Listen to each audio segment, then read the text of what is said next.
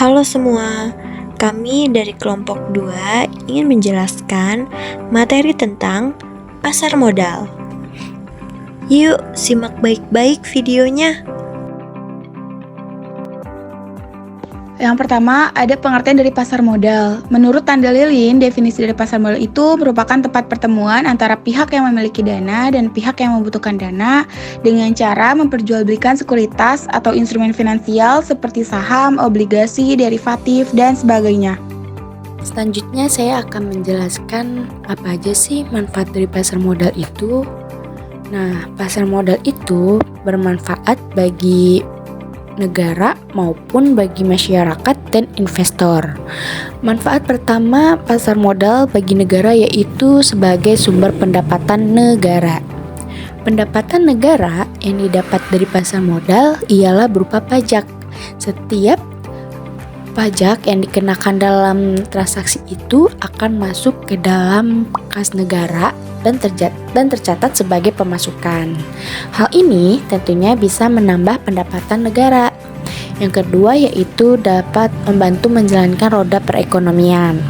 Bertambahnya para investor dalam membeli saham yang terdaftar di pasar modal, maka perusahaan tersebut memiliki pendapatan untuk mengembangkan bisnisnya menjadi lebih luas lagi. Apabila suatu perusahaan dapat mengembangkan bisnisnya menjadi lebih luas lagi, maka perusahaan tersebut pasti akan membutuhkan banyak tenaga kerja untuk dipekerjakan. Oleh sebab itu, perusahaan tersebut dapat membuka lapangan pekerjaan dan dapat meningkatkan roda perekonomian masyarakat.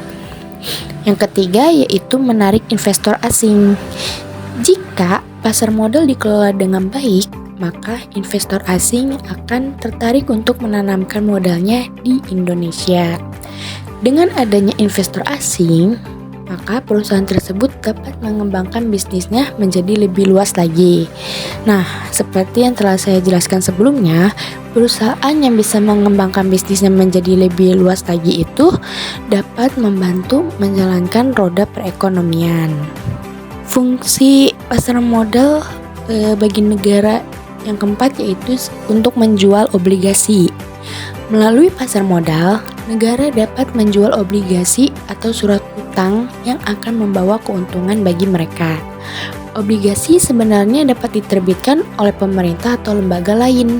Namun, yang berasal dari negara itu biasanya lebih dipercaya masyarakat, bahkan sering disebut sebagai obligasi bebas risiko.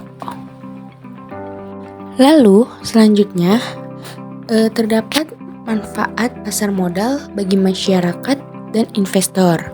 Yang pertama yaitu untuk mendapatkan keuntungan.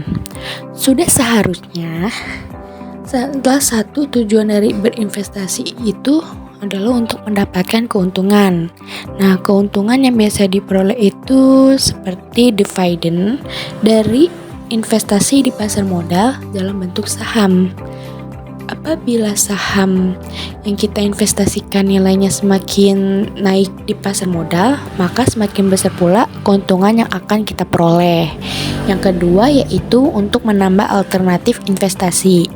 Saat ini, masyarakat dapat melakukan investasi di pasar modal tanpa mengeluarkan modal yang besar. Seperti contohnya, kita melakukan investasi di bidang properti seperti tanah ataupun rumah. Nah, calon investor ini dapat melakukan investasi tersebut dengan hanya mengeluarkan uang sebesar 500.000. Lalu, yang ketiga yaitu untuk menumbuhkan nilai aset. Manfaat pasar modal untuk investor juga dapat menumbuhkan aset. Melakukan investasi akan meningkatkan peluang menambahnya nilai aset daripada hanya penyimpanannya. Namun, perlu diketahui nih bahwa melakukan investasi saham tidak dapat memberikan hasil yang spontan. Selain itu juga dibutuhkan waktu tertentu untuk dapat merasakan perkembangan aset dalam jumlah signifikan. Lalu, fungsi yang keempat yaitu untuk mendapatkan jaminan. Manfaat pasar modal untuk investor selanjutnya itu adalah untuk mendapatkan jaminan yang dilakukan sebagai pinjaman di bank. Saat ini, beberapa bank menerima sekuritas untuk jaminan dalam melakukan pinjaman. Tentu saja, mereka akan mempertimbangkan pinjaman dana dan kemungkinan risiko dari investasi tersebut. Berikutnya ada peraturan dalam pasar modal. Pertama itu penguatan kelembagaan otoritas sektor keuangan termasuk mempertahankan independensi, meningkatkan kapasitas dan independensi otoritas sektor keuangan. Yang kedua, penguatan tata kelola dan peningkatan kepercayaan publik. Memperbaiki tata kelola dalam sektor keuangan guna meningkatkan kepercayaan masyarakat. Yang ketiga, mendorong akumulasi dana jangka panjang untuk kesejahteraan dan pembiayaan pembangunan berkelanjutan. Menggalakkan pengumpulan dana jangka panjang untuk kesejahteraan dan pembiayaan pembangunan berkelanjutan. Yang keempat, perlindungan konsumen. Memastikan hak-hak konsumen terjaga dengan baik dalam sektor keuangan. Yang kelima, peningkatan literasi dan inklusi keuangan, meningkatkan pemahaman masyarakat tentang keuangan serta memperluas akses terhadap pelayanan keuangan. Selanjutnya, terdapat perbedaan antara pasar uang dan pasar modal. Perbedaan tersebut dapat dilihat dari jangka waktunya. Pasar modal itu jangka waktunya itu panjang, sedangkan pasar uang dengan jangka pendek. Lalu, instrumen dari pasar uang ini yaitu berupa surat utang, investasi real estate, dan deposito berjangka. Sedangkan itu, pasar modal, instrumennya berbentuk obligasi, saham, reksadana, derivatif, dan ETF. Selanjutnya yaitu mekanisme pasarnya juga berbeda. Pasar uang ini, jika investor sepakat dengan penawaran emiten bersertifikat, maka transaksi dapat langsung dilakukan. Selain itu, pasar modal itu dia pihak emiten menghubungi lembaga pinjaman efek dan melakukan uji kelayakan untuk memperjualkannya ke pasar modal. Lalu selanjutnya ada hasilnya nih. Hasil dari pasar uang ini berupa bunga, sedangkan pasar modal berupa dividen dan capital gain. Yang terakhir ada risikonya.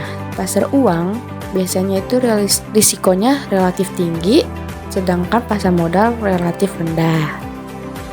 Pasar modal memiliki dua jenis, yaitu pasar perdana dan juga pasar sekunder. Pasar perdana merupakan tempat pertama kalinya suatu saham ditawarkan kepada masyarakat. Hal ini biasa disebut dengan istilah go public atau initial public offering yang disingkat IPO, di mana suatu perusahaan terbuka sebagai pihak penjual saham dan masyarakat atau investor sebagai pihak pembeli saham. Setelah itu, saham akan dicatat di pasar sekunder untuk diperjualbelikan kembali antar investor. Selanjutnya ada pasar sekunder. Pasar sekunder merupakan kelanjutan dari pasar perdana yang mempertemukan antara investor jual dengan investor beli melalui lelang berkelanjutan atau continuous auction. Lalu di sini terdapat instrumen-instrumen dari pasar modal. Apa aja sih instrumen dari pasar modal itu? Nah, yang pertama itu ada obligasi. Obligasi adalah surat utang yang diterbitkan oleh pihak berutang kepada pihak yang berpiutang yang biasanya digunakan sebagai pembayaran kembali atas pokok utang serta kupon bunganya itu disesuaikan dengan jangka waktu yang telah ditentukan.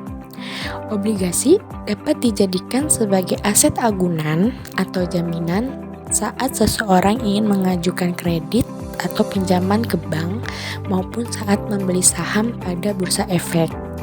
Yang kedua yaitu ada saham. Saham adalah tanda penyertaan kepemilikan modal dari suatu perusahaan atau perseroan terbatas.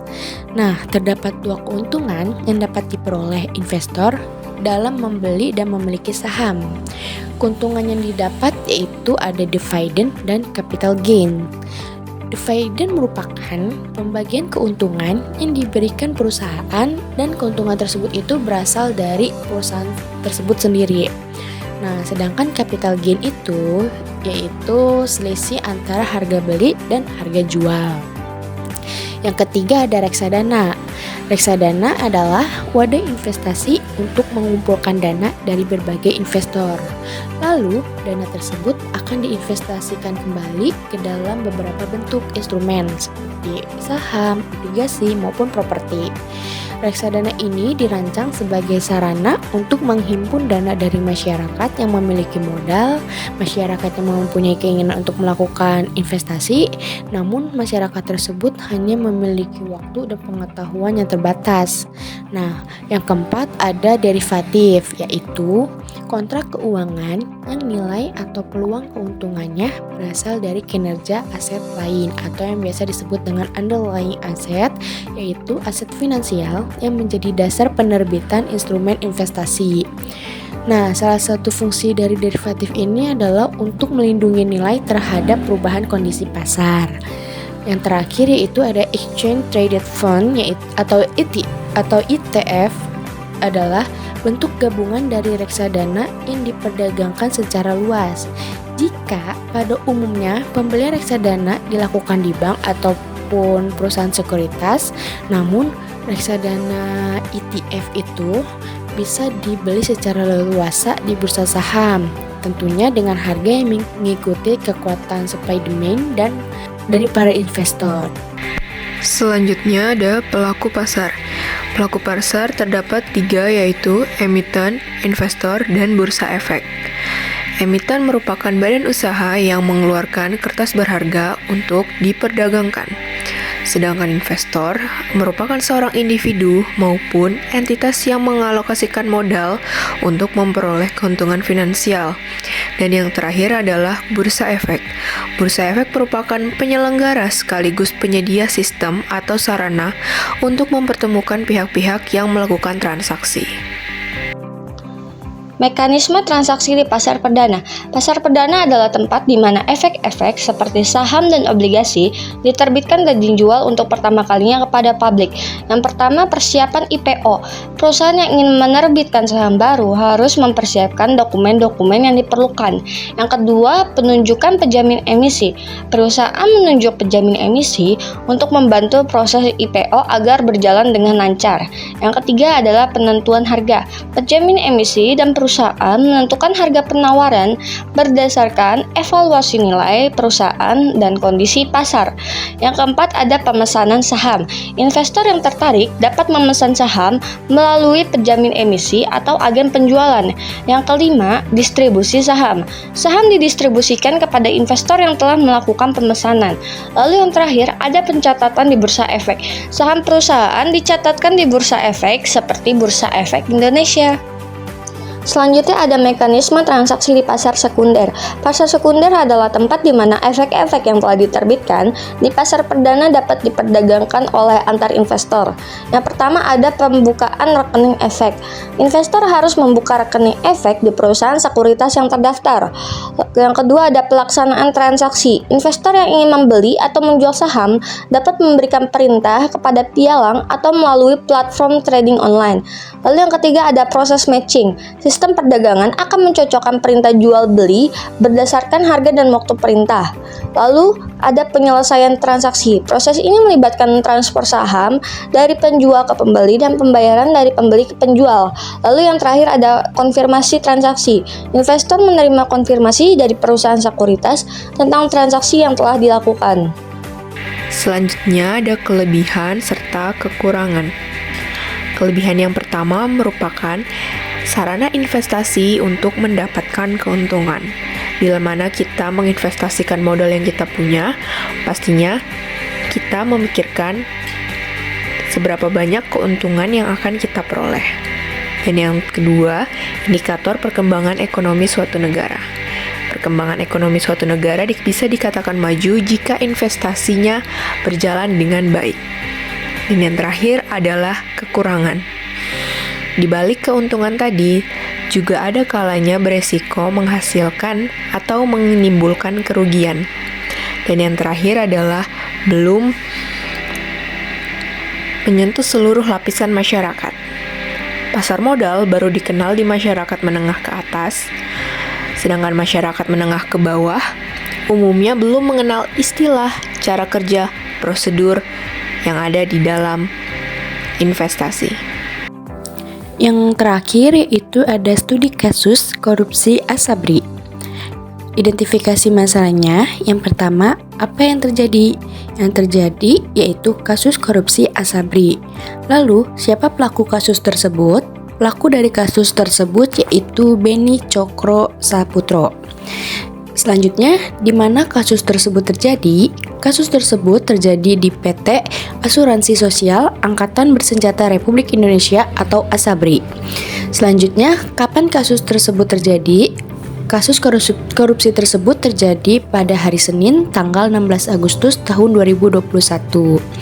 Lalu, mengapa kasus tersebut dapat terjadi?